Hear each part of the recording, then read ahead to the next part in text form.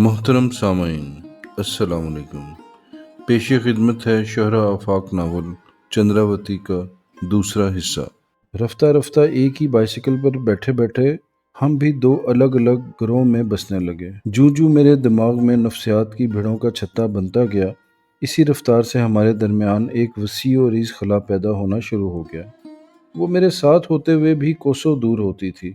दरअसल मेरे दिलो दिमाग ने ख्वाहिशात के जिस रास्ते पर चलना शुरू कर दिया था, वो लहजा ब लहजा मुझे इससे दूर ही दूर ले जा रहा था। जैसे जैसे ये फासला बढ़ने लगा, मेरा मिजाज चिड़चिड़ा होने लगा। छोटी छोटी बातों पर चंद्रावती के साथ झगड़ा मोल लेना मेरा मामूल बन गया। दिन भर इसे बाइसिकल पर लादे लादे सड़कों पर घूमना मुझे बड़ी अहमकाना और तुफलाना हरकत महसूस होने लगी, और मैं इस गुनाह बे लज्जत की उकताहट से दिल ही दिल में झंझलाने लगा। कई बार मेरे सर पर जुनून सवार हुआ कि मैं बाइसिकल को किसी तेज़ रफ्तार मोटर के साथ टकराकर चूर चूर कर दूं। कभी मेरा जी चाहता था कि मैं अपने हाथों से इसका गला घोंट दूं और इसका सर जमीन पर मारकर कच्चे नारियल की तरह पाश पाश कर दूं। एक रोज वो एक छाबड़ी वाले के पास ताज़ा गंडेरियां कटवाने खड़ी हुई तो मेरे दिल में आया कि एक मोटे गन्ने से चंद्रावती को मार मार कर अधमुआ कर दूं। गंडेरियों वाले की दरांती से इसके टुकड़े टुकड़े करके अपने दांतों से कचर कचर चुबा डालूं। इसने आकर मेरे हिस्से की गंडेरियां मुझे दी तो मैंने झुंझला कर इन्हें नाली में फेंक दिया। जब मैं अपने कमरे में वापस आया तो मेरा जिस्म यूं टूट रहा था जैसे सड़क कूटने वाला इंजन मुझे रौंदता हुआ गुजर गया है। नाशकीब आरजुओं के कोड़े सफाकी से मेरी कमर पर बरसने लगे। ख्वाहिशात का गरम गरम धुआं अटी हुई चिमनी के साथ मेरे गले में फंस गया। कमरे की चार दीवारी सांप की तरह बल खा खा कर मुझे अपनी लपेट में जकड़ने लगी। मेरा दम घुटने लगा। मेरे सर में काले काले भूंड और जहरनाक भिड़ें हवाई जहाज के इंजन की तरह भिन भिनाने लगी, और मेरे जिस्म में ऊपर से नीचे तक तेज रफ्तार छिपकलियों की फौज दर फौज उछलने कूदने लगी, सरसराने लगी। मैं घबरा कर उठा और बाहर सड़क पर आ गया। आधी रात का वक्त था। चारों तरफ छाया हुआ सन्नाटा कह कहे मार मार कर मुझ पर हंसने लगा। मैं भी एक लैंप पोस्ट से लिपट कर खड़ा हो गया और देर तक जोर जोर से जवाबी कह कहे लगाता रहा। दो तीन राहगीरों ने रुककर मुझे घूरा और फिर शराबी का फतवा देकर आगे बढ़ गए। लाहौर की कोई सड़क मेरे साथ आशनाई का इकबाल जुर्म करने को तैयार न थी। दुकानों पर लगे हुए साइन बोर्ड बिल्कुल अजनबी जुबानों में लिखे हुए नजर आते थे। गली कूचों की बेगानगी मुझे कदम कदम पर आवारा कुत्ते की तरह धुतकारती थी। घरों के बंद दरीचे अपनी बुलंदियों से आख थू करके मेरे मुंह पर थूक देते थे। सड़कों के मोड़ जगह जगह मेरा रास्ता रोककर खड़े हो जाते थे और एक लावारिस कोड़ी की तरह कभी इधर भटकता था कभी उधर भटकता था। लाहौर की कोई सड़क, कोई गली, कोई कूचा मुझे रास्ता देने को तैयार ही न था। बेगानगी और दीवानगी के इस माहौल में बस एक दरवाज़ा ऐसा दिखाई दिया जो आधी रात के बाद भी आगोश मादर की तरह वाह था। बहुत से लोग बेरोको टोक दाता दरबार में आ जा रहे थे। मैं भी इनके साथ यूं ही बेवजू अंदर घुस गया और मज़ार की एक मेहराब से टेक लगाकर बैठ गया। बड़ी देर तक मैं आंखें बंद करके इंतहाई इन्हमाक के साथ चंद्रावती चंद्रावती का विर्द करता रहा। फिर यकायक मेरे अंदर एक वैक्यूम सा पैदा हो गया और मेरी महरूमियों का आतिश फिशा भक से फट गया। दबी हुई ख्वाहिशात का खोलता हुआ लावा उबल उबल कर मेरे रुए रुए से पर नालों की तरह बहने लगा, और मैं बड़ी देर तक मेहराब के कोने में सर दिए धाड़े मार मार कर बिलक बिलक कर रोता रहा। इसके बाद मुझे कुछ ऊँघ सी आ गई। एक मोटे से मतवली ने मेरी पसलियों में लाठी का टहुका देकर मुझे बेदार किया और डांट कर कहा, तुम यहाँ खर्राटे लेने आए हो बदनसीब कहीं के? उठो, अपनी दाद फरियाद का ववेला मचाओ, हजरत दाता गंज बख्श सब की सुनते हैं। मैंने उठकर मस्जिद के तालाब पर वजू करने के बहाने मुंह पर पानी के छींटे मारे और फिर वापस आकर अपनी मेहराब में बैठ गया। मेरे गिरदो पेश कई लोग बड़े खुशू व खुशू से अपनी मुरादें मांग रहे थे। कोई रोजगार मांग रहा था, कोई रिस्क मांग रहा था, किसी को बीमारियों से शफा की तलब थी, कोई मुकदमा जीतने की दुआ कर रहा था। मैं भी बड़ी यकसोई से अपनी मुराद मांगने की तैयारी करने लगा, लेकिन मेरी जुबान दानी की सारी महारत धरी की धरी रह गई। मेरे दिल की आरजू इस कदर नंगी थी कि अल्फाज का कोई जामा इस पर पूरा ना उतरता था। मैंने बड़ी मेहनत और कोशिश से फसाहत और बलागत और सलासत और शराफत और शाइस्तगी के पेवंद लगा लगा कर बहुत से फ़िक्रे बनाए, लेकिन एक फ़िक्रा भी ऐसा ना था تو دراصل چندراوتی کی بے آبروئی نہ کرتا ہوں۔ بزرگوں کے مزار پر اس قسم کے انداز گفتگو اور اس قسم کی اظہار تمنا سے مجھے حجاب سا آ گیا۔ داتا صاحب بھی کیا سوچے گے کہ یہ بیوقوف میرے سامنے کیسی الٹی باتیں کر رہا ہے۔ تصور ہی تصور میں مجھے داتا صاحب ایک ہاتھ میں تسبیح اور دوسرے ہاتھ میں جوتا اٹھائے اپنی جانب لپکتے ہوئے نظر آئے تو مجھے زور سے ہنسی آ گئی۔ ہنستے ہی ہنستے میں نے اٹھ کر ایک چھلانگ لگائی اور آس پاس بیٹھے ہوئے زائرین کو رونقتا ہوا باہر بھاگ آیا۔ بس اس ایک چھلانگ میں تحلیل نفسی کا بیڑا پار ہو گیا۔ اس کتھارس کے بعد میں اپنے کمرے میں واپس آ کر بڑے آرام سے گھوڑے بیچ کر سو گیا۔ صبح ہوئی تو نہایا دھویا، نیا سوٹ پہنا اور سائیکل لے کر سیدھا چندراوتی کے آشرم پہنچ گیا۔ وہ بیوقوف لڑکی اب تک ماضی کے دلدل میں منہ پھلائے بیٹھی تھی کہ میں نے اس کی گھنڈیریاں نالی میں کیوں پھینک دی۔ میں نے بڑی عاجزی سے ہاتھ جوڑ کر معافی مانگی، لیکن وہ بدصورت روٹھی رہی۔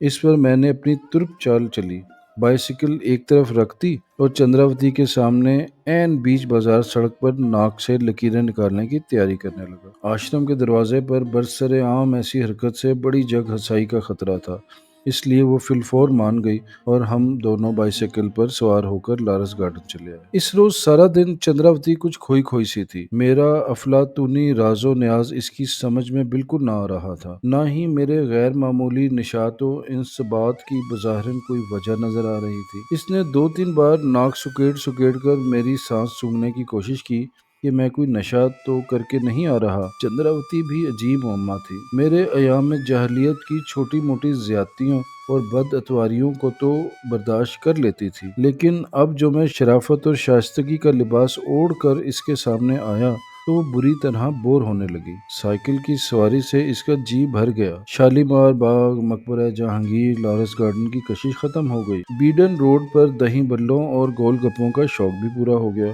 کامران کی بارہ دری میں اکٹھے بیٹھ کر راوی کی لہریں گرنے کا مشغلہ بھی بند ہو گیا۔ وہ چھوٹی چھوٹی بات پر مجھ سے الجھنے لگی۔ اس پر ایک بے نام سا کل کھراپن چھا گیا اور وہ بات بات پر برہمی جھنجھلاہٹ اور آزردگی کا اظہار کرنے لگی۔ ایک روز کسی دکان سے قمیص کا کپڑا خرید رہی تھی۔ رنگوں کے انتخاب میں میں نے کچھ دخل دن معقولات دیا تو وہ بگڑ کر آپے سے باہر ہو گئی اور خریداری چھوڑ چھاڑ کر پیدل ہی آشرم کو واپس لوٹ آئی۔ اگلے روز میں سے ملنے گیا تو پنجرہ خالی تھا۔ میں اس کے تعاقب میں بھاگم بھاگ احمد آباد پہنچا تو وہ ایک چٹائی پر بیٹھی بیٹھی اپنی ماں کی مشین سے کچھ نہ کچھ کپڑے سی رہی تھی۔ میں نے اس کے سامنے اپنے گلوں اور شکووں کا پورا دفتر کھول دیا۔ ابھی تو گرمیوں کی چھٹیاں ہیں، 10-12 روز باقی ہیں۔ وہ اتنے روز پہلے ہی کالج سے کیوں چلی آئی؟ لاہور کو چپ چاپ چوروں کی طرح کیوں چھوڑ دیا اور مجھے کیوں نہ خبر کی؟ چندراوتی اپنی نظر سلائی پر گاڑے خاموشی سے مشین چلاتی رہی، میرے سوالوں کا کوئی جواب نہ دیا، لیکن کپڑے سیتے سیتے سر اوپر اٹھائے بغیر اس نے آہستہ آہستہ دھیمے لہجے میں مجھے آگاہ کیا کہ اس نے فیصلہ کیا ہے کہ وہ ساری گرمیوں کی چھٹیاں کپڑے سی کر کچھ پیسے جمع کرے گی اور ستمبر کے مہینے میں اپنی ماتا کو ساتھ لے کر گنگا اسنان کے لیے بنارس چلی جائے گی۔ پروگرام تو بڑا اچھا ہے، میں نے تنزن کہا، لیکن کالج میں تمہاری جگہ پڑھائی کون کرے گا؟ چندراوتی نے کوئی جواب نہ دیا اور سر جھکائے زور زور سے مشین چلاتی رہی۔ اب آدھا گھنٹہ ہم دونوں خاموش بیٹھے رہے، پھر میں اٹھ کر کھڑا ہو گیا اور بولا، اچھا اب میں چلتا ہوں، پھر کسی روز آؤں گا۔ نہ جی نہ، چندراوتی نے جلدی سے کہا، اب چھٹیاں بالکل نہ آنا، میرے کام میں حرج ہوتا ہے۔ چھٹیوں کے بعد حاضر ہونے کی اجازت ہے یا وہ بھی نہیں؟ میں نے کسی قدر تلخی سے پوچھا۔ مجھے نہیں پتا، اس نے روٹھے ہوئے بچے کی طرح منہ پھلا کر کہا۔ وہ سر جھکائے کھٹ کھٹ مشین چلاتی رہی اور میں کچھ دیر خاموشی سے بیٹھا رہا اور پھر بائیسیکل سنبھال کر چلا آیا۔ لاہور آ کر ٹیوشنوں کے اشتہار ڈھونڈنے شروع کیے اور گرمیوں کی چھٹیوں میں 2 مہینے کے لیے کیمبل پور میں ایک رائے بہادر کے ہاں ٹیوشن کر لی۔ ایک لڑکا BA کی تیاری کر رہا تھا، دوسرا سیکنڈ ایئر میں تھا، 2 لڑکیوں نے میٹریکولیشن کا امتحان دینا تھا۔ چاروں کو 2 ماہ پڑھانے کا 200 مشاہرہ طے ہوا۔ رائے بہادر نے رہنے کے لیے مجھے اپنے پٹخوار خانے میں جگہ دے دی اور 2 وقت کا کھانا اپنے ایک مسلمان کرندے کے ہاں مقرر کر دیا۔ رائے بہادر کی منت سماجت کر کے میں نے 100 روپیہ پیشگی وصول کر لیا اور اسے بڑے خوش آمدانہ خط کے ساتھ چندراوتی کی خدمت میں بھیج دیا۔ میں نے بڑی منت سماجت ڈانٹ ڈپٹ کر اس کو لکھا کہ وہ سلائی مشین پر اپنا وقت ضائع نہ کرے बल्कि अपने इम्तिहान की तैयारी करे। बनारस यात्रा के लिए 200 रुपया फराहम करना मेरी जिम्मेदारी है। चंद रोज बाद मनी ऑर्डर दूंगा तो वापस आ गया। अगले माह मैंने पूरे 200 रुपए का मनी ऑर्डर भेजा, वो भी इसी तरह वापस आ गया। छुट्टियों के बाद मैं खुद अहमदाबाद गया। वो चारपाई पर बीमार पड़ी थी। इसकी माँ पास बैठी पंखा कर रही थी। मुझे देखकर चंद्रावती उठकर बैठ गई। मैंने शिकायत की कि इसने मेरे पैसे वापस क्यों कर दिए, मनी ऑर्डर क्यों किया था। चंद्रावती ने तुनक कर कहा, खुद क्यों ना आए। खुद कैसे लाता, मैंने जवाब दिया। तुमने खुद ही तो कहा था कि छुट्टियों में यहाँ ना आऊं,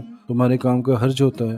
हाय राम, चंद्रावती ने माथे पर हाथ मारकर कहा। तुम मेरी हर बात को सच क्यों मान बैठते हो। चंद्रावती के मुंह से ये अल्फाज सुनकर मैं बेख्तियार इस गर्क शुदा लाश की तरह हाथ पांव मारने लगा, जिसकी आंख यकायक खुल जाए और इस पर ये इंकशाफ हो कि जहां वो डूबी पड़ी है वहां पानी नहीं, महज शराब है।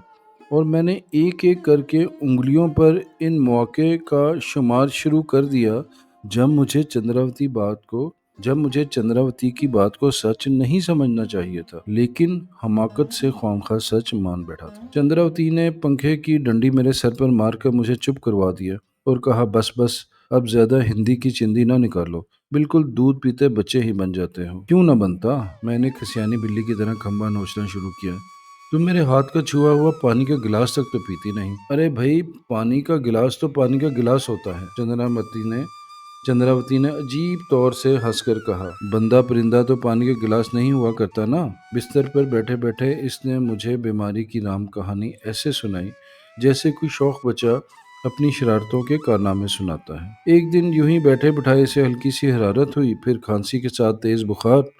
अहमदाबाद के दीद ने तपे महरका तशखीस किया और ठंडे शरबतों से इलाज शुरू कर दिया। खांसी बढ़ती गई और 21 दिन गुजरने के बाद भी जब बुखार ना टूटा तो घबरा कर गुजरांवाला हॉस्पिटल में सिविल सर्जन के पास चले गई। डॉक्टर ने एक्सरे लिया, खून टेस्ट करवाया, थूक का मुआयना किया और नतीजा ये निकला कि चंद्रा को तीसरे दर्जे की टीबी हो गई है। टीबी की खबर सुनकर जगदेश चंद्र आरती ने चंद्रावती की माँ को अपने घरेलू मुलाजमत से निकाल दिया। महल्ले वालों ने भी इनके यहाँ आना जाना बंद कर दिया और अब वो माँ बेटी अपनी सिलाई मशीन बेचकर खाने पीने और दवा दारू का काम चलाने लगे।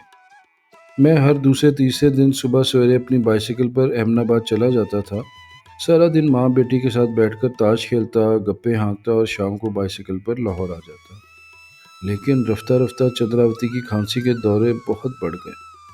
खांसी की धुंकनी घंटा घंटा भर बड़ी बेरहमी से चलती और वो बेसुध होकर बिस्तर पर गिर जाती।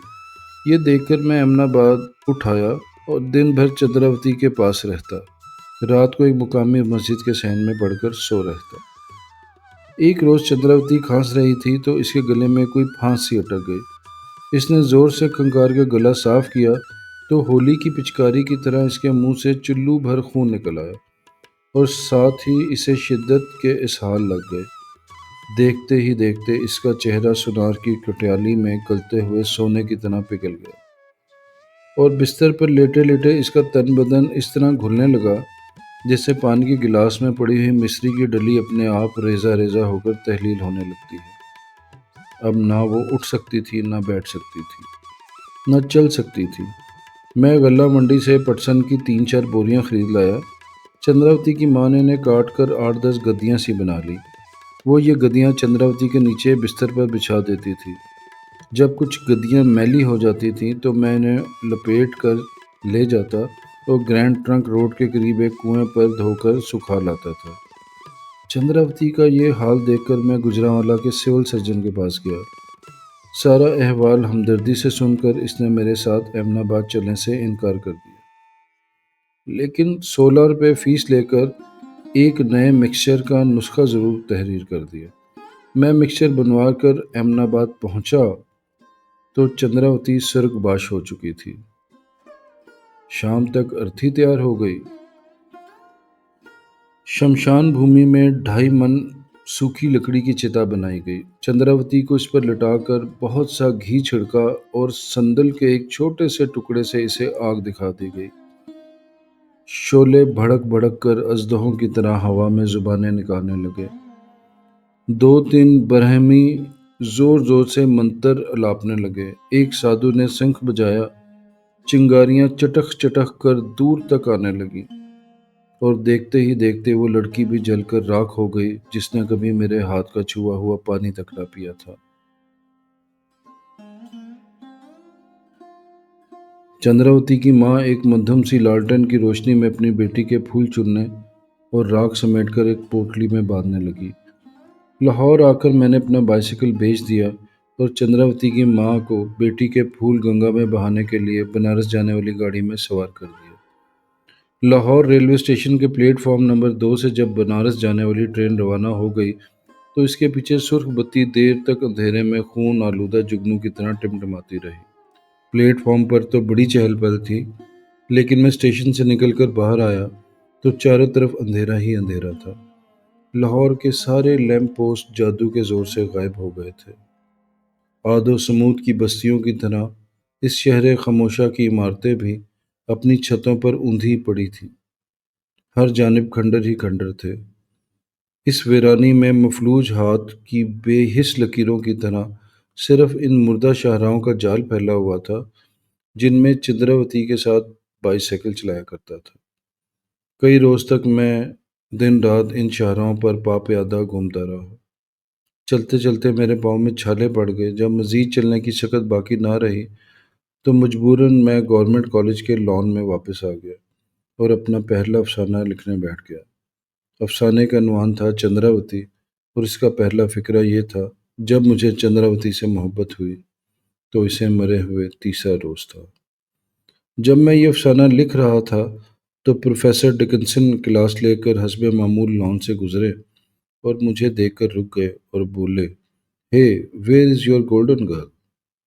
میری آواز مچھلی کے کانٹے کی طرح گلے میں پھنس گئی اور میں نے سسکیاں لے کر کہا، "sir, she has reverted to the gold mine."